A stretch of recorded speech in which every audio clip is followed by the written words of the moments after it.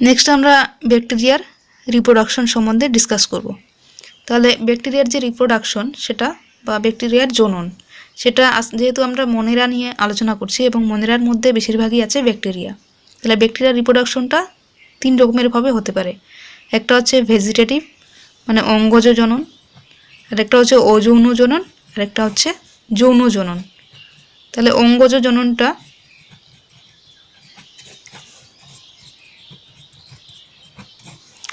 যেটা অঙ্গজ জনন সেটা 3 রকমের হতে পারে। একটা হচ্ছে ফিশন, একটা বার্ডিং, আর একটা হচ্ছে ফ্র্যাগমেন্টেশন। তাহলে ফিশনটা কি হয়? ফিশনের ক্ষেত্রে দেখো, এই যে একটা ব্যাকটেরিয়া আছে, তার এখানে ডিএনএ আছে, এখানে মেসোজোম আছে। তো ব্যাকটেরিয়ার ডিএনএর উভয় পাশে কোষের বৃদ্ধি হয়, ডিএনএর প্রতিলিপি হয়। এইখানে একটা ডিএনএ থেকে আরেকটা ডিএনএ হয় এবং এদের মাঝখানে এদের যে কোষ প্রাচীর আছে সেই কোষ প্রাচীরটা সংকুচিত হয়ে এরকম হয়ে আসে এবং পরবর্তীকালে দুটো আলাদা ব্যাকটেরিয়া পরিণত হয়। তাহলে এটা হচ্ছে দ্বিবিভাজন বা বাইনারি ফিশন। সেটা মেইনলি দেখা যায় ইকোলাই। তাহলে এখানে কোষ প্রাচীর কোষ পর্দা পরস্পর মিলিত হয়ে একটা সেপ্টাম গঠন করে, যেটা এই ডিএনএ দুটোকে পরস্পর আলাদা করে দেয় এবং সেখান থেকে দুটো অপত্য ব্যাকটেরিয়া তৈরি হয়। এটাকে বলা হচ্ছে দ্বিবিভাজন বা বাইনারি ফিশন, যেটা ইকোলাই বা ইশ্চেরিসিয়া কোলাই নামক ব্যাকটেরিয়ার দেহে দেখা যায়। আরেকটা হচ্ছে বার্ডিং, বার্ডিং বা কর্কটগম। তো এই যে বার্ডিং, এই বার্ডিংটা দেখা যায় সিউডোমোনাস স্পিসিসের ক্ষেত্রে। সেখানে বার্ডিংয়ের ক্ষেত্রে দেখা যায় এই যে ব্যাকটেরিয়াটা তার দেহে এক প্রকার এরকম বার্ড সৃষ্টি হয়, মুকুলের মতো কিছু জিনিসের সৃষ্টি হয়।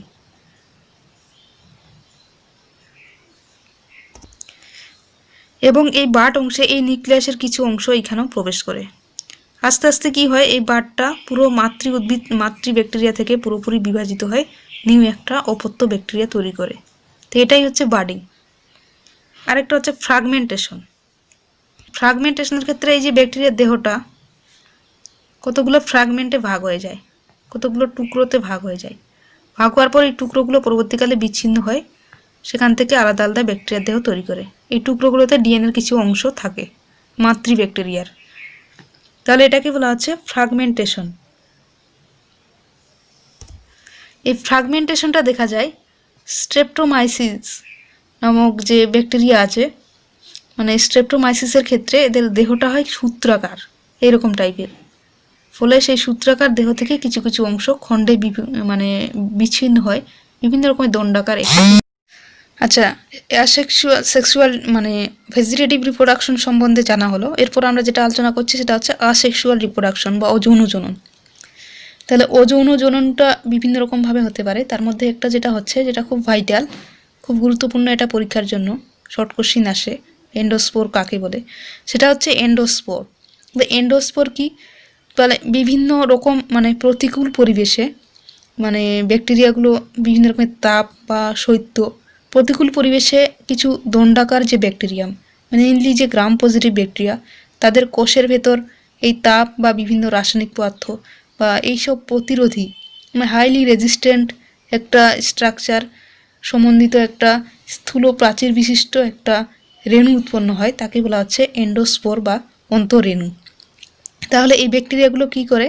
তারা প্রতিকূল পরিবেশ থেকে বাঁচার জন্য তাদের সেল ওয়ালের বাইরে একটা কঠিন আবরণ দিয়ে তাদের মধ্যে মানে আবরণের মধ্যে সেই ব্যাকটেরিয়াটা থাকে, তাকে বলা হচ্ছে এন্ডোস্পোর, এবং ওটাকে স্পোরের সঙ্গে তুলনা করা হয়, এই জন্য সেটাকে বলা হচ্ছে এন্ডোস্পোর।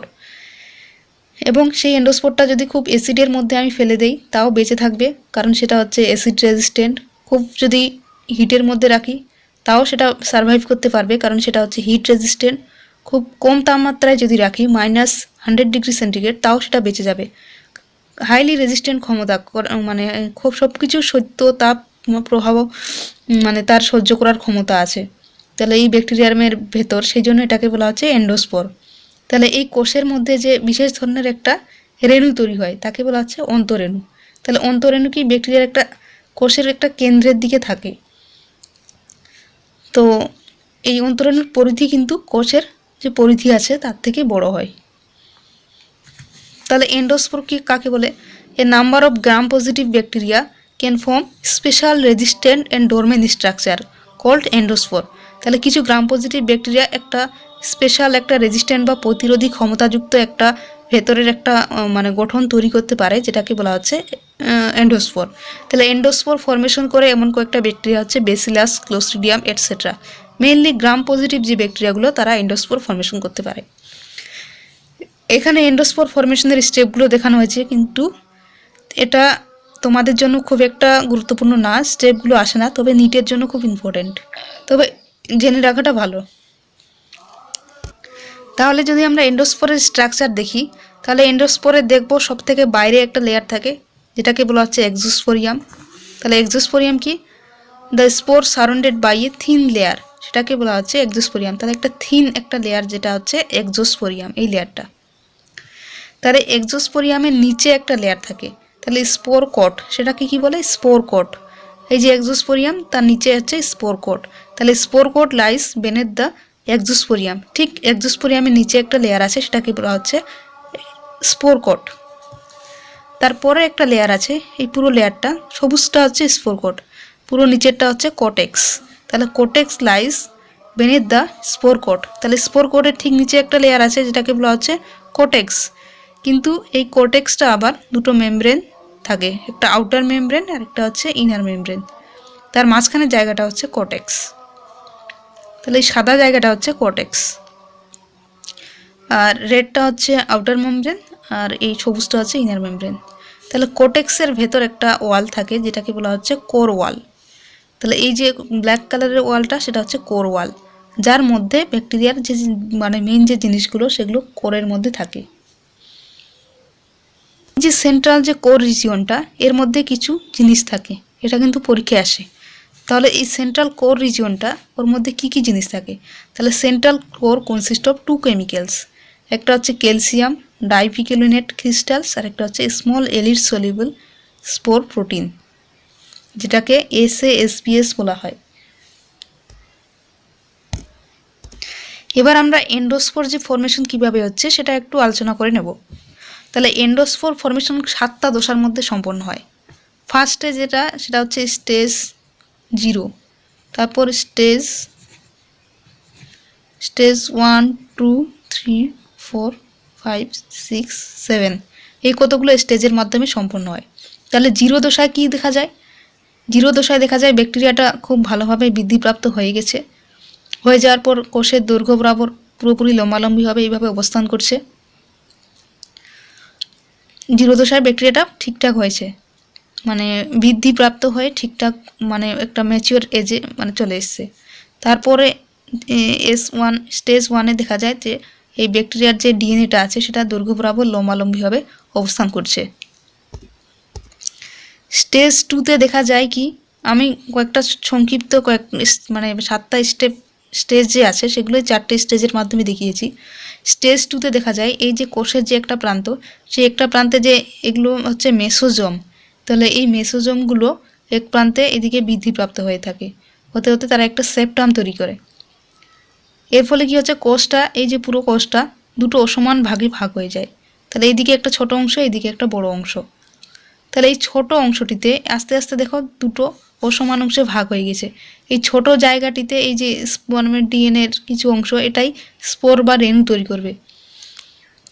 মানে পরের যে দশায় দেখা যাচ্ছে ছোট কক্ষটিতে এটা এখানে যখন এই ডিএনএর কিছু অংশ থাকবে তখন সেটাকে বলা হচ্ছে প্রিস্পোর। তাহলে এটা মাতৃকোষের ডিএনএর কিছু অংশ এখানে মানে দলবদ্ধভাবে থাকবে, এবং এই জায়গাটাকে এই জায়গার যে ডিএনএ সহ এই পুরোটাকেই বলা হচ্ছে প্রিস্পোর। তাহলে মাতৃকোষটা তুলনামূলকভাবে বড় কক্ষটিতে থাকে, এবং এটা পরবর্তীকালে মাতৃকোষের যে ডিএনএটা আছে এটা পরবর্তীকালে আস্তে আস্তে নষ্ট হয়ে যায়, এবং প্রিস্পোরটা যখন ম্যাচিওর হয়ে যায় তখন সেটাকে বলা হচ্ছে ফোর স্পোর। তাহলে এটা আস্তে আস্তে মানে নষ্ট হয়ে যায়, এবং এই ফোর স্পোরকে ঘিরে তাহলে যখন এটাই মানে ইমেচিওর অবস্থায় ছিল এই ডিএনএটাই স্পোর তৈরি করবে। যখন ইমেচিওর অবস্থায় ছিল তখন তাকে বলা হচ্ছিল প্রি স্পোর, যখন সেটা ম্যাচিওর হয়ে গেল তখন সেটাকে বলা হচ্ছে ফোর স্পোর। তাহলে এই ফোর স্পোরের চারদিকে আস্তে আস্তে কোটেক্স, স্পোর কোট, এক্সোস্পোরিয়াম এই লেয়ারগুলো আস্তে আস্তে আসবে, এসে সপ্তম দশায় দেখা যাবে এই যে মাতৃকোষ আছে সেই মাতৃকোষ থেকে পুরোপুরি মাতৃকোষের বিদারণ ঘটিয়ে এখান থেকে বেরিয়ে যাবে, অন্তরেণু নির্গত হবে এবং অনুকূল পরিবেশে অঙ্কুরিত হয়ে নতুন একটা ব্যাকটেরিয়া গঠন করবে। তার মানে একটা ব্যাকটেরিয়ার ডিএনএ সেখান থেকে আবার বিভিন্ন রূপান্তরের মাধ্যমে একটা রেণু তৈরি করছে, সেই রেণু থেকে আবার ব্যাকটেরিয়া তৈরি করছে। যেহেতু রেণু তৈরি করছে তাই এটা অযৌনজনন। এছাড়াও বিভিন্ন আসেক্সুয়াল রিপ্রোডাকশনের স্টেজ আছে, যেমন হচ্ছে কনিডিয়া বা গনিডিয়া, এইসব মানে এগুলো মানে গঠনের মাধ্যমে তারা রিপ্রোডাকশন সম্পন্ন করে, বা মাইক্রোসিস্ট। এরপর আমরা যদি এন্ডোস্পোরের ফাংশন দেখি তাহলে আমরা দেখব যে এক্সোস্পোরিয়াম যে লেয়ার আর স্পোর কোট, সেটা কিন্তু স্পোরকে বিভিন্ন রকমের কেমিক্যালের প্রভাব থেকে, রাসায়নিক বিভিন্ন রকমের টক্সিক জাতীয় পদার্থের প্রভাব থেকে রক্ষা করে। তাছাড়া মেজর প্রোটেকশন অফ ডিএনএ বা small and soluble DNA binding protein ASPS which saturate spore DNA. Mainly কী করে যে এর মধ্যে যে বিভিন্ন রকমের মানে এটা প্রোটেকশন করে নাকি কিসের দ্বারা, যে ওর মধ্যে যে স্মল সলিউবল যে প্রোটিন আছে, কোর রিজিয়নে যে SPS আছে, সেটা মেইনলি পুরো ডিএনএ মানে প্রোটেকশনে সাহায্য করে।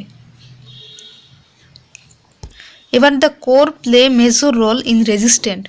কোরের যে কাজগুলো আছে, কোর রিজিয়ন, সেই কোর রিজিয়ন কি very low amount water content, খুব কম পরিমাণে জল থাকলেও টিকে থাকতে পারে, লো পিএইচেও টিকে থাকতে পারে, বিভিন্ন রকমের ইউভি রেডিয়েশন দিলেও সেটি নিজেকে রক্ষা করতে পারে।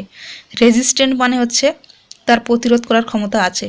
বিভিন্ন রকমের অ্যাডভার্স কন্ডিশন, বিভিন্ন রকমের মানে টক্সিক যদি থাকে এনভায়রনমেন্টের মধ্যে, বা বিভিন্ন রকমের ক্ষতিকারক পদার্থ যদি থাকে, বা তাপমাত্রা বা উষ্ণতার যদি পরিবর্তন, শৈত্য প্রবাহ প্রভৃতি থেকে রক্ষা করতে পারে।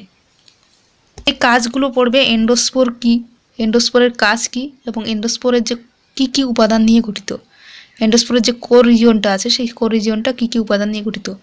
আর যদি কেউ চাও তাহলে স্টেজগুলো একটু দেখে নিতে পারো, জাস্ট মানে বুঝে বুঝে একটু দেখে নিতে পারো, কারণ বাই চান্স যদি আসে, না আসার চান্সেস খুব বেশি স্টেজগুলো। এরপর আমাদের মেইন যে টপিক, তাহলে এটা কনিডিয়া, গনিডিয়া এগুলোও হবে, এগুলো একটু দেখে নেবে যে কনিডিয়া কি, গনিডিয়া কি। তারপর আমরা সেক্সুয়াল রিপ্রোডাকশন, যেটা খুব ভাইটাল, সেটা আমাদেরকে জানতেই হবে, ব্যাকটেরিয়ার সেক্সুয়াল রিপ্রোডাকশন কিভাবে ঘটছে। তো সেক্সুয়াল রিপ্রোডাকশন 3টে স্টেজের মাধ্যমে হয়, একটা হচ্ছে কনজুগেশন, ট্রান্সফরমেশন, আর একটা হচ্ছে ট্রান্সডাকশন।